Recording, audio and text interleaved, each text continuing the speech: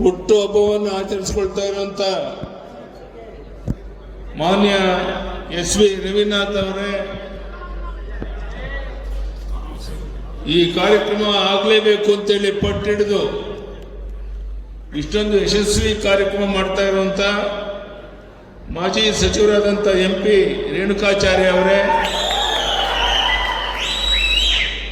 ಜಿಲ್ಲಾಧ್ಯಕ್ಷರಾದಂಥ ರಾಜಶೇಖರ ನಾಗಪ್ಪ ಅವರೇ, ಬೆಂಗಳೂರಿನ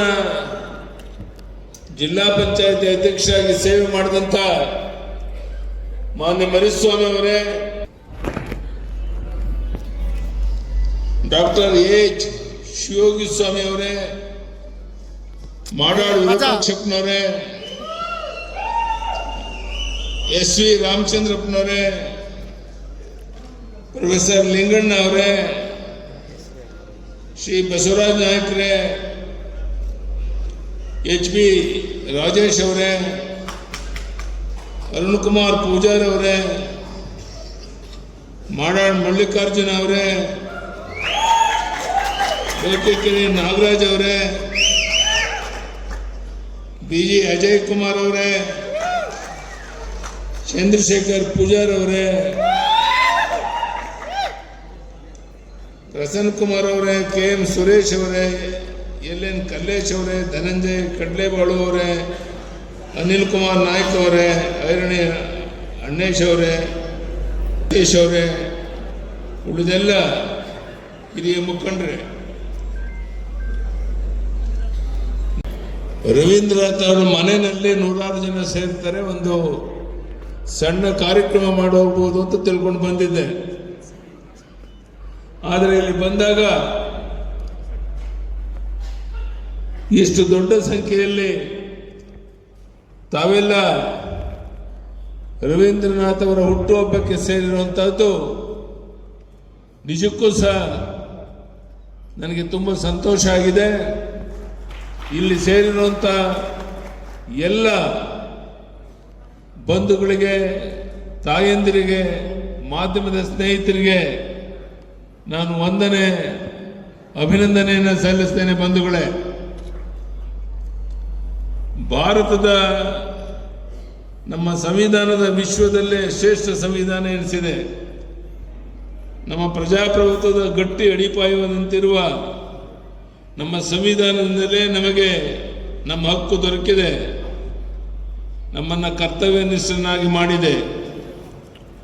ಡಾಕ್ಟರ್ ಬಾಬಾ ಸಾಹೇಬ್ ಅಂಬೇಡ್ಕರ್ ಅವರು ಕೊಟ್ಟಿರುವ ಈ ಸಂವಿಧಾನದಿಂದಲೇ ಇವತ್ತಿಗೂ ನಮ್ಮ ಪ್ರಜಾಪ್ರಭುತ್ವ ಗಟ್ಟಿಯಾಗಿ ನೆಲೆ ನಿಂತಿದೆ.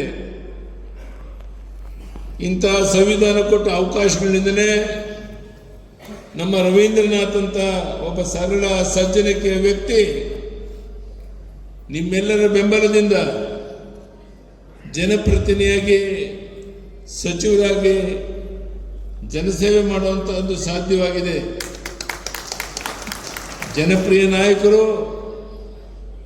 ಮಾಜಿ ಸಚಿವರು, ಪಕ್ಷದ ಹಿರಿಯ ನೇತಾರ, ಆತ್ಮೀಯರಾದಂಥ ಎಸ್ ವಿ ರವಿನಾಥ್ ಅವರಿಗೆ ಮತ್ತೊಮ್ಮೆ ಜನ್ಮದಿನದ ಹಾರ್ದಿಕ ಶುಭಾಶಯಗಳನ್ನು ಕೋರ್ತೇನೆ.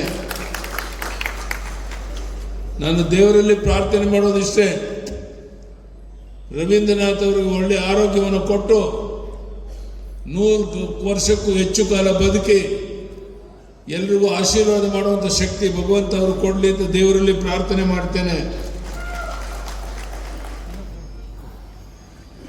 ಹಲವಾರು ದಶಕಗಳ ಕಾಲ ನನ್ನ ಹಾಗೂ ರವೀಂದ್ರನಾಥ್ ಅವರ ಒಡನಾಟ ಇದೆ.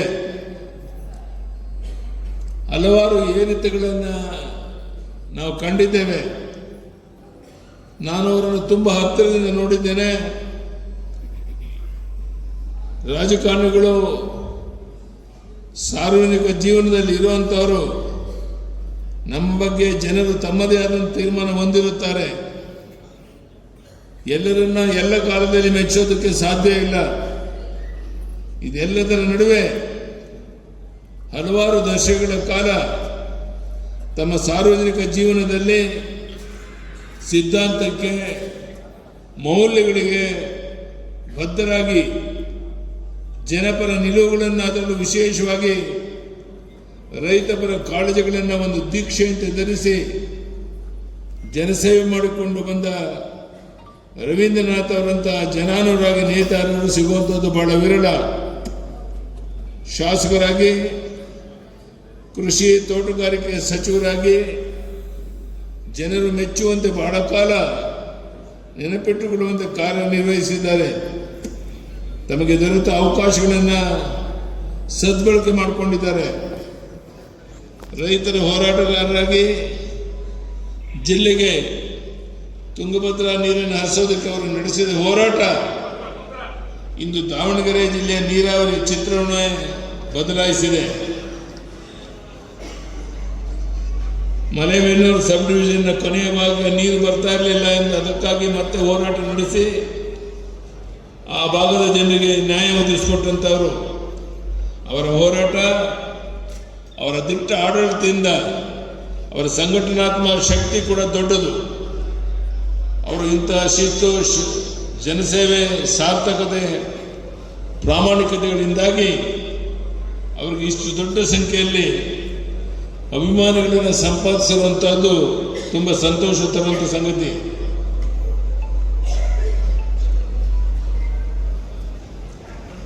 ಇಲ್ಲಿನ ನಮ್ಮ ಪಕ್ಷದ ಕಾರ್ಯಕರ್ತರು ಮಾನ್ಯ ರವೀಂದ್ರನಾಥ್ ಅವರಿಂದ ಕಲಿಯುವಂತ ಪಾಠ ಬಹಳಷ್ಟಿದೆ.